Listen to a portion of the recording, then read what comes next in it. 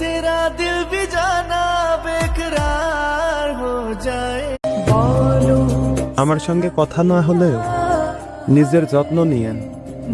দিনটা ভালো না গেলে নিজেকে দোষ দেবেন না। সময় মতো খাবার খাবেন, অকারণে মন খারাপ করবেন না।